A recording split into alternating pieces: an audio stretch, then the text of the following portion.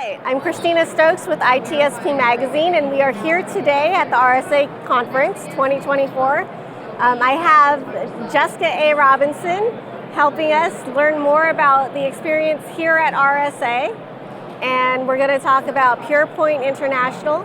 Jessica gave a wonderful presentation yesterday here at RSA, which was super beneficial to CISOs all around, and I'd love to learn more about that. Jessica, can you tell us a little bit more about PurePoint International and the history and its inception? Yeah, absolutely. So PurePoint International was born, there's actually quite a long story, but in the end, I had a dream as I was on a pilgrimage in India and Nepal, and I was really interested in thinking about what I was going to do next at that point in my journey. And what I knew was that I wanted to focus on security. I knew that I wanted to focus on other areas that I was really passionate about that I didn't focus on when I was in the corporate world. So, for example, technology. And I started off as a computer science major in undergrad. I was also interested in working with women. I was interested in continuing work with the corporate world, but also in working with underrepresented organizations and people. And so I thought that I would just apply for different roles that I thought could be a good fit. When I started to apply, I found some that I thought were good, but I wasn't a right fit for that role. But then it was hard for me to find other roles that really made me feel like this was what I really wanted to do as part of this next step in my journey. And so in the end, I just thought, okay, well, maybe I'll create the role that I want. But if I created the role that I wanted, then I would have to create the company that I wanted to work for. And that became the birth of PurePoint International and the work that we do today. Awesome. Really at the intersection of cybersecurity, but also really this holistic view of security.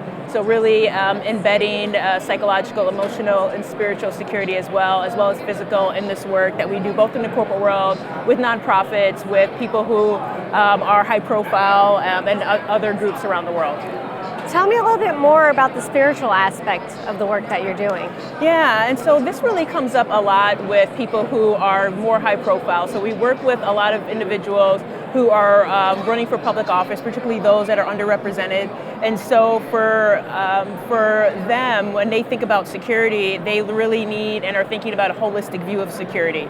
It isn't necessarily just physical or digital. For them, when we think about what it really means to be safe, that's something that's internal. It isn't always external.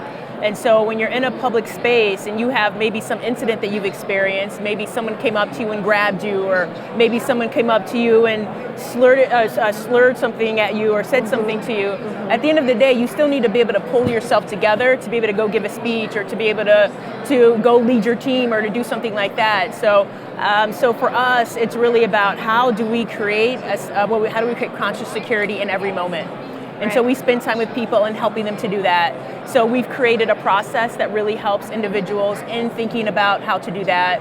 And so we've worked with individuals, but also organizations to think about how they can best implement that within their organization and work with either their clients or their teams. That's amazing to hear, and I think that's incredibly important. It's an aspect I don't think we always think about sometimes. Yeah, no, I mean, it's a very human-centered aspect. Yes. And I think that, part of the reason, and that was also part of this dream and this vision that I had, was that we needed to create a space, there needed to be a security company that really in the end centered women and centered what I call a feminine approach to security. It needed to be grounded in that versus a masculine approach to security. And it's not that we don't need a masculine approach, because we do. Like the military represents a masculine approach. We do need the military. We do need other aspects of security. But what we didn't have and what we don't have in a really kind of universal way is a feminine approach to security. And so that is what we've really been birthing over this past decade, and it's been beautiful to see it come to life in many different manifestations in many different ways, and also to see men play a role in this as well, and really be a wonderful partner in helping to birth this. Yes, it's always amazing to have allies for women in cybersecurity. Yeah. Tell me a little bit more about that feminine approach. Yeah. So this feminine approach is really centering a different way of looking at security. So it is grounded in spirituality. It is grounded in rituals. It is grounded in in creating and thinking about how we create a safe space where there's a beautiful Cherokee proverb that goes, a woman should be able to walk and travel the world and be safe, and it's the masculine that helps her to be safe. And so wherever she goes, and I'm constantly traveling around the world now, so what does it mean for me to be safe and feel safe wherever I go? And if we extrapolate that into a family, if we extrapolate that into a community, we extrapolate that into a company, we extrapolate that into even larger than a state, a nation, what does that really mean? Right. And part of that also means changing our consciousness in many ways as humans in terms of how we connect and interact with each other. It means bringing in what we do see as kind of more feminine values of leadership in terms of what's collaboration and empathy, but it's also about helping to bring in solutions that in many cases women are bringing to the table to be able to help really solve a lot of the concerns that we have. A lot of times it means when we have major issues that need to be solved, that we're bringing in the underrepresented voices to solve them, right? That we're not trying to solve problems that we think will work for our communities that we're actually not in. Yes. And so it's really very much a different way of looking at it. And it's something that I think in a very patriarchal world isn't something that is looked upon as something that's even possible, even particularly in corporations, but I absolutely believe it is possible, and I also believe it's possible for prime ministers and presidents and generals to lead this way. Absolutely. For somebody that's coming into this new and hasn't really approached security from that spiritual perspective, what are some rituals that are maybe easy for somebody to do or somebody to start doing in order to build that up? Yeah. Well, I would just say in general, if we just look at work as, and you don't have to be spiritual to even think about it this way, but if we just look at work as a spiritual practice, who are we coming in to serve every day? Yeah. How can we take a moment to begin our day in a way that as we look at our agenda and we're preparing for the day, that we go, okay, I really want this meeting to go well. So I'm gonna, at a meditation or in quiet time this morning, I'm gonna sit here and just send a blessing for a wonderful conversation, or I'm gonna send love to this individual, or maybe I know someone. I'm preparing for a really tough conversation, really thinking through how do I want this conversation to go. Mm-hmm. And when we do these things, they are rituals. When we do them every day, and they become a practice.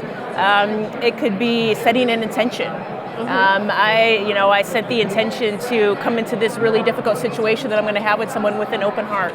Yes. Right. I set the intention to come into this conversation to only listen and to not actually bring solutions. Yes. I mean, it's quite powerful when we actually pause and set an intention to do that. Yes. And then walk away, and then come away from that, and then next week in another conversation actually come back with a solution, even if we feel we already have it. Yes. And there are many other ones that we can do, but I think that those are very accessible things that I think many leaders can just gravitate to. Yeah. And again, it's work as a spiritual practice, so it's something that we do multiple times a day, every day. Yes. Right. I think that's key, because I think sometimes, at work we're in situations where maybe there's a conflict or there's some negative energy, and we forget to kind of cleanse that. Well, yeah, I mean, that's it too. So I lead a meditation every single morning that is a cleansing and a releasing meditation. And when we talk about what it means to heal ourselves and what it means to be able to even deal with burnout, we hold on to so much energy. Yeah. So if we just even take even 5 minutes to just release energy from our body at the end of the day, or from our mind, from our spirit at the end of the day, that helps us physically. Yes. That helps our heart, like literally our heart. It helps our mind.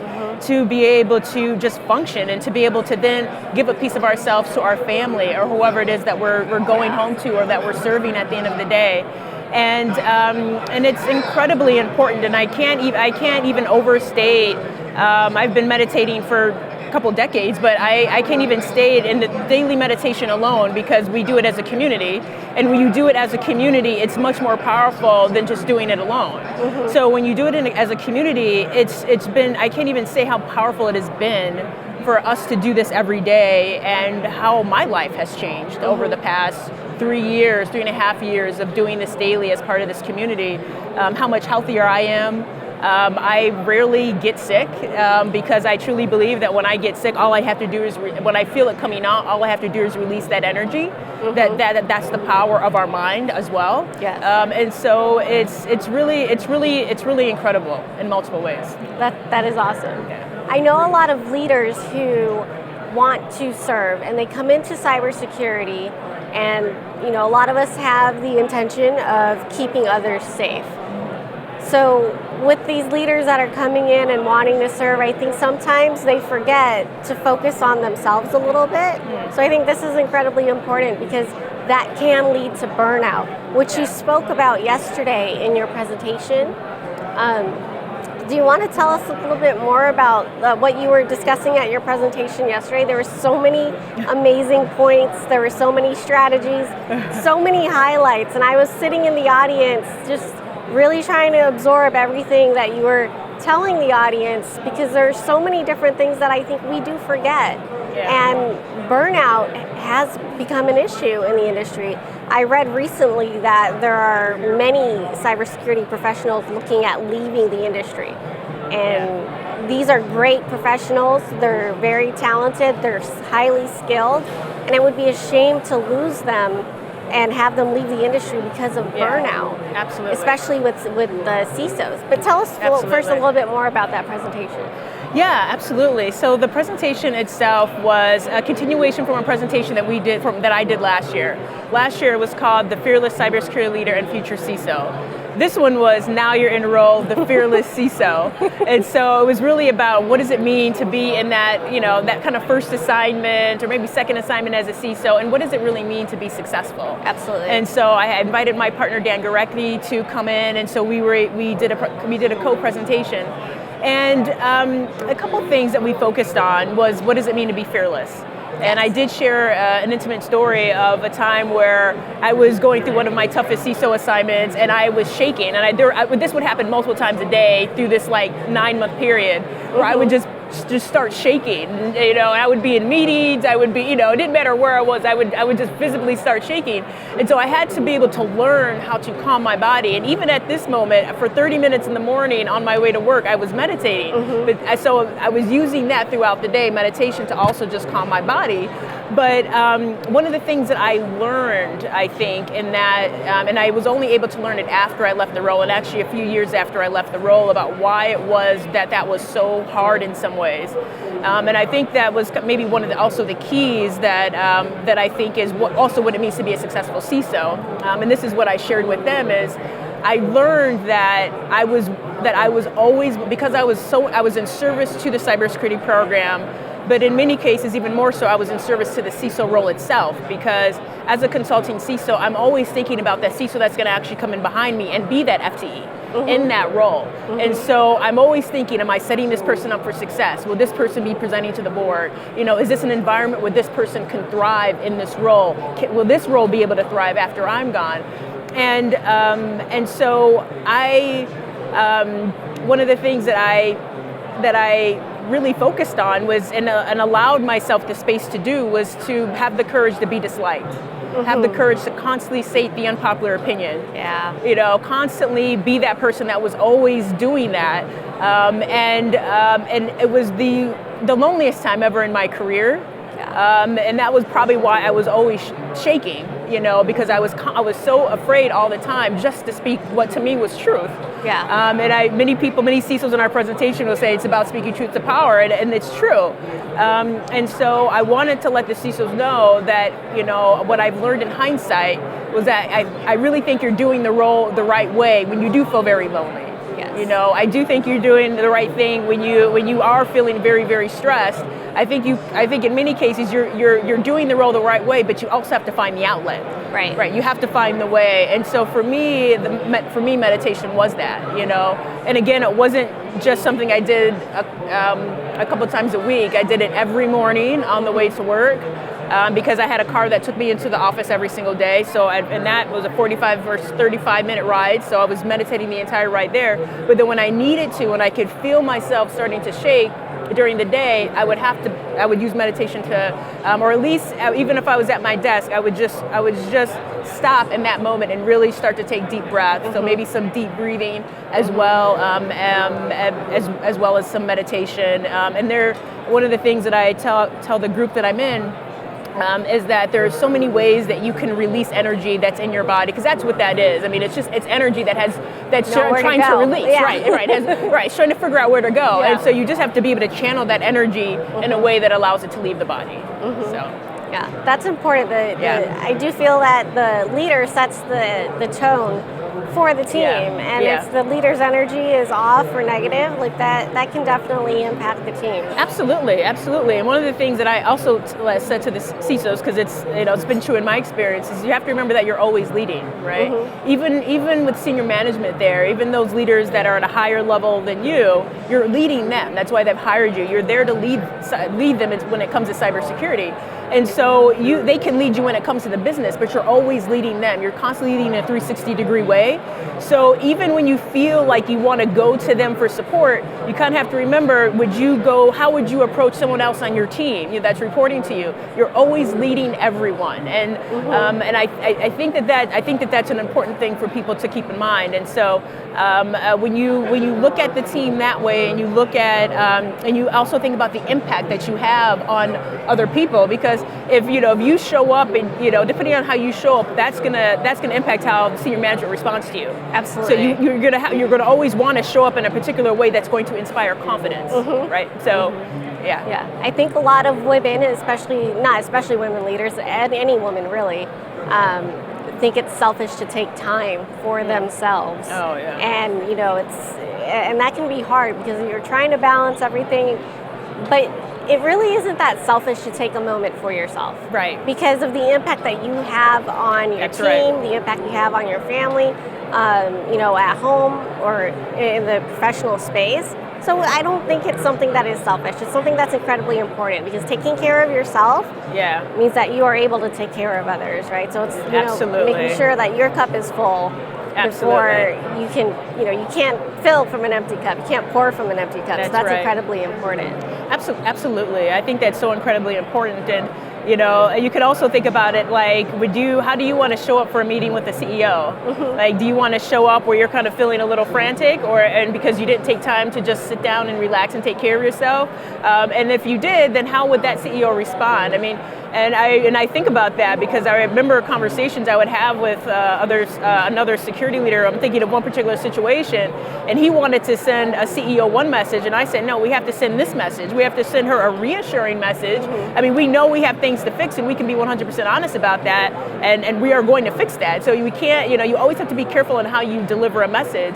But we're the messenger, too. So our body is the message, as much as our words are the message.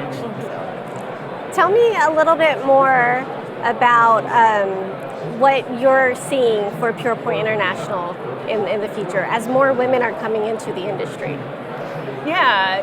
I think it's an amazing time to be seeing more women coming into the industry.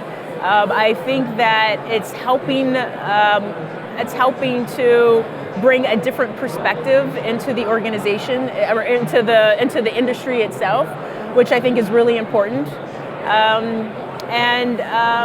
I think that what also I'm really excited to see is how many people are ready and are wanting to step into leadership roles. Yes. I have a lot of conversations with women who, have said that they've waited a while and they haven't really stepped into a leadership role because they wanted to make sure that they were ready, but now they're feeling like they're ready. And I think that that's actually really exciting. Particularly with so much that's going on right now with burnout, with the CISO role. Absolutely. And a lot of people wanting to leave the CISO role and not wanting to be in the role. And I think that we need great leaders. And I think, when we have an industry of people that are experiencing burnout, when we have leaders like CISOs around, it's not just the United States, it's around the globe. Absolutely. I travel globally. The concerns with this role are global issues. these are national and global security issues, right? When the talent is having a lot of time just doing their job. And I think this is an important thing for senior management to really understand as well. And part of this is also, I think, accountability on their end to really help to ensure that the entire team in the global organization is really receiving the support that they need. Speaking of that CISO role, what are some of the challenges that CISOs are seeing, and what can they do to help stay in that role and really dive in? So I think for sure one of the biggest things is the regulation. This kind of accountability and liability around the CISO role itself, particularly in the United States. But I think one of the biggest things that I'm seeing globally is the fact that the evolution of the CISO role itself is moving so quickly that I think the rest of the way that the rest of the organization and maybe senior management, the way that they view the role isn't occurring. That change isn't occurring as at the same speed as the evolution of the actual CISO role.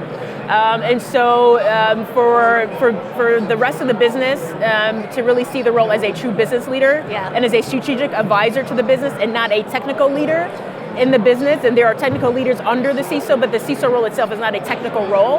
I think that's one of the biggest concerns. I think too that the CISO is meant to know everything under security. I mean, at the end of the day, if the general counsels have outside counsel supporting them, if CFOs are using accounting companies, we have the big four here in the United States and around the globe, then there's no reason why CISO shouldn't have advisory companies coming in to support them as well. Absolutely. And so I think there is a mindset that has to change, and it starts with the senior management as well as at the board level around how we are giving the proper support to chief information security officers and their teams. Thank you, Jessica, for coming and talking to us today. We always love having you here at ITSP Magazine. Thank you. Thank you all for tuning in.